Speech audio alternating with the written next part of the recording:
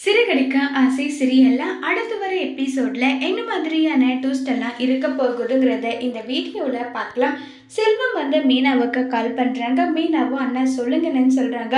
இங்க பாருமா, இப்ப முத்துவை நாங்க ஹாஸ்பிட்டல் அட்மிட் பண்ணிருக்கோம். முத்து நிறைய குடிச்சு அவன் மயக்கம் போட்டு அன்கான்சியஸ் ஆயிட்டான்னு சொல்றாங்க. இதை கேட்ட மீனா பயங்கரமா பதறி போறாங்க. என்ன சொல்றீங்க? எந்த ஹாஸ்பிட்டல்ல அவரை சேர்த்திருக்கீங்க?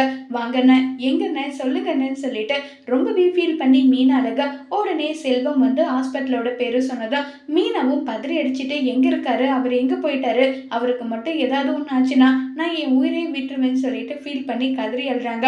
அவன் மயக்கம் போடுறதுக்கு முன்னாடி மீனா என்னை விட்டு போயிட்டான், மீனா என்கிட்ட கோச்சிட்டு போயிட்டான்னு உன் பேரை முனைகிட்டே தாமா அவன் மயக்கமாயிட்டான். ஒருவேளை நீ அவனை விட்டு போனதை நினைச்சுதான் அவன் இப்படி ஒரு முடிவு எடுத்துட்டானோ, அதனாலதான் இப்படி ஆயிடுச்சோ, எதுவுமே எனக்கு புரியலன்றாங்க. அவர் எங்க இருக்காருன்னு மீனா போயிட்டு முத்துவை பார்த்து பயங்கரமா ஃபீல் பண்றாங்க.